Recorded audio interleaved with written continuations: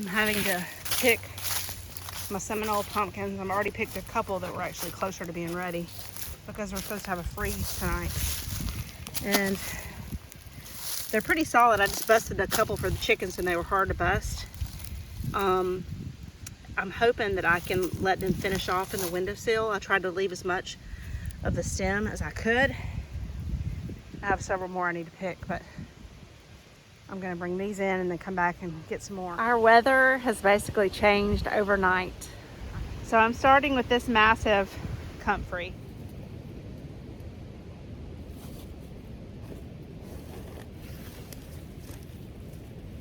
These pretty purple blooms. So I smell like dog poop because I stepped in dog poop in these boots. And these are not work boots, which kind of stinks, but it happens. Poop happens around the farm. Chicken poop, duck poop, cat poop, all the poops.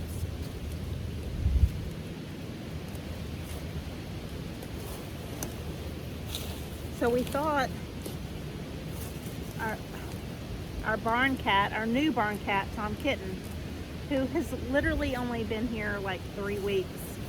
He showed up at our doorstep, and we thought he got attacked by an owl, but the vet actually thinks it was another cat. So we're getting him neutered. He's about 6 months old, they think. And I'm just hoping that getting him neutered doesn't keep him from, you know, still catching all the mice and stuff, because we still want him to be tough.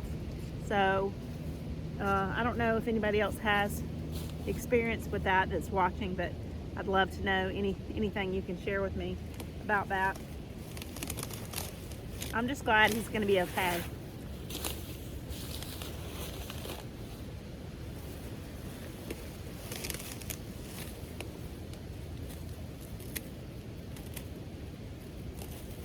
I think I'm going to leave some of this just right here, just as mulch. I don't want to leave a bare spot. There's still tomatoes growing here, but after the freeze tonight, they will be no more.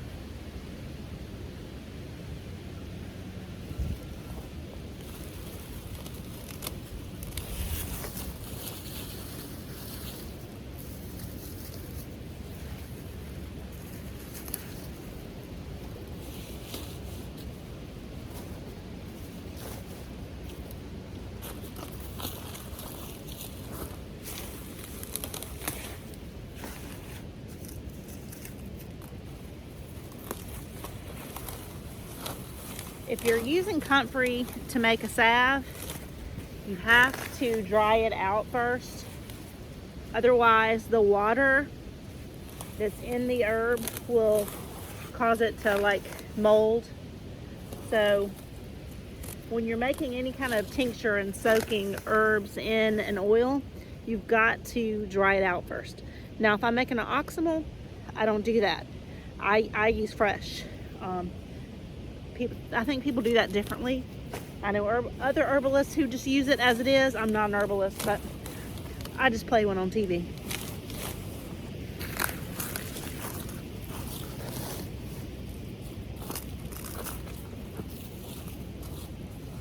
Again, I'm just going to use some of this as live mulch here on the ground in this bed. This bed needs a lot of work anyway, so.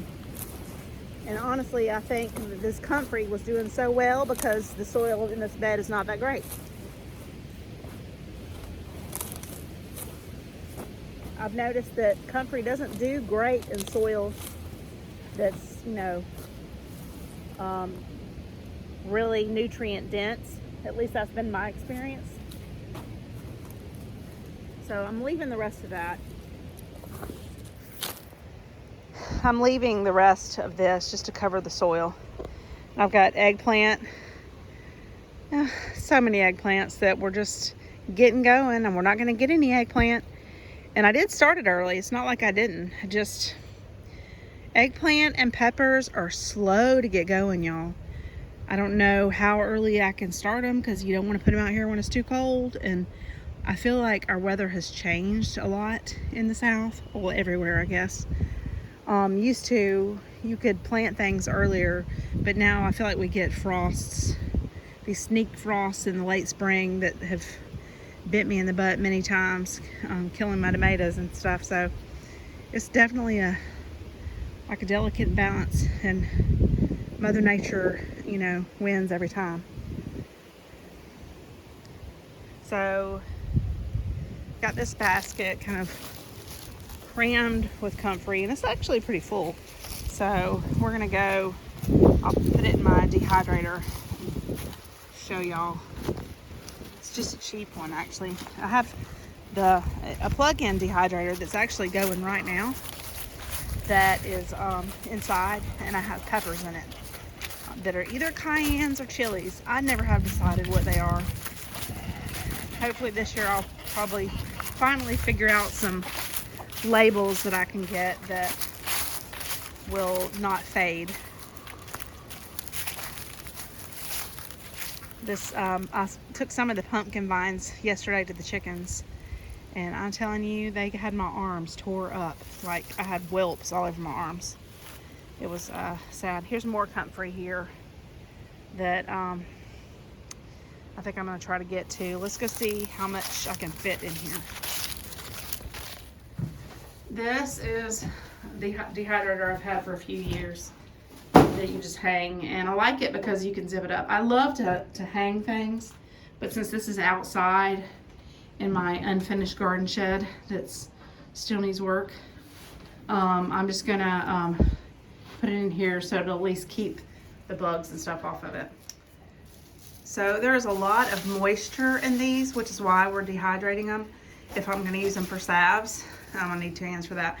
But basically I kind of have them spread out a little, and they'll do fine out here. And like I said, I'll use this either to make more salves or to kind of give the chickens a little here and there for just kind of help them, keep them healthy. I don't give them tons of comfrey, but it is good for them. There's a lot of, I know, disagreeing opinions on that, but I actually believe it's good for them. So that's what I'm going to do. And then we're going to go, I think we're going to go pick some more comfrey and make some more liquid fertilizer. I'm going to zip these up now.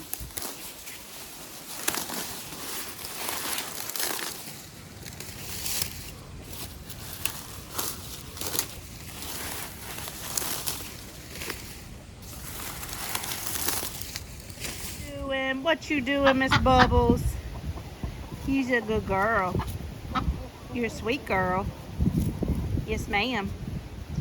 Okay, so here's a little bit of my comfrey fertilizer. This was full, and I've used most of it feeding the plants. I fed them the other day, so we're just going to go ahead and add more to this. Just going to kind of cram it in here. And then we're going to fill it with water, and we're going to kind of usually like to put a brick or something to kind of hold it all down. Eventually it'll start getting smelly. Well, it'll also get kind of bubbly first, which is like fermenting. And I also sometimes like to come out here and pour molasses on it, and sometimes I'll add chicken poop or, you know, whatever. You can add tea bags or coffee grounds, just whatever you want. But I think we're going to cram it most of the way to full, and I think I might use the rest of this to put on one of my raised beds as mulch. So let's put a little more in here. I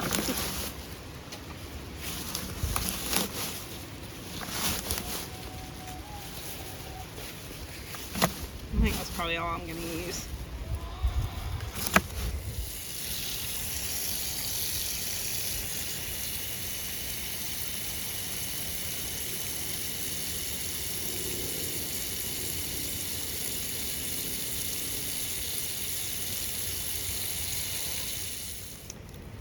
So I've got a couple of bricks on top of it. We're going to put the lid on it and let it sit for like a month or so, and then we'll come take a look and use it to feed whatever greens we still have going in the garden. I'll show you how those plants are doing real quick before we use the mulch in the other bed. This we shoveled out here and put into the beds. This was the broken down tree mulch, and they're doing pretty good. Some of them look better than others, but I think we're doing pretty good. I think some of them are cabbages and other greens, and like I told y'all, I do not remember. Pretty soon I need to get, there's still some mulch on here, but I want to pile it up again so it can break down again, and we'll do this again next year if it works well. This winter I plan on building out these beds, probably with wood beds, and another cattle panel, so that I can get like a tunnel going here. I want to grow up more so that I have more room to grow more beans, because there's so many different things I like to grow, and it's just hard to pick. And I still have some things in here that I should thin out. And you know, I might get to it or I might not, or I might come out here and just harvest some and us eat them, or you know, thin them out. Sometimes I'll pinch them off and just make room like that, instead of pulling them out, just kind of pinch off so that the other ones has room, and then just kind of lay what I broke down as mulch. Anyway, hope y'all are still with me in my chaotic gardening, and I apologize if this is disjointed. See, now I'm getting leaves here in my goldfish pond. Anybody who has a goldfish pond that has any tips, I mean, are they going to be okay when it's real cold? Or are they just going to hibernate in the bottom? That's what I'm hoping. And I need to mulch this slow quiet, I think, today. I put some Comfrey around it yesterday, but I need to put some tree mulch in there just because we are going to get a couple of freezing nights. So I think I'm going to just lay the Comfrey in this bed that we did a month or two ago, and just kind of lay it here, just chop and drop. Just kind of spread it around like so. Cover up the bare spots. And also, leaves are also great for this. Before too long, I will take all the leaves, I'll rake piles of leaves and add it to my garden, because they break down beautifully. These are doing really good. I just wish I remembered what's what. Well, I'm going to keep working on mulching the rest of this bed, and I think that's about it for today. I hope this video wasn't too disjointed, and I hope maybe I shared some tips of things maybe that you could use. And if you have anything you want to share with me, I'd love for you to share them in the comments. I'm always ready to learn and answer questions and learn. Anyway, have a beautiful day.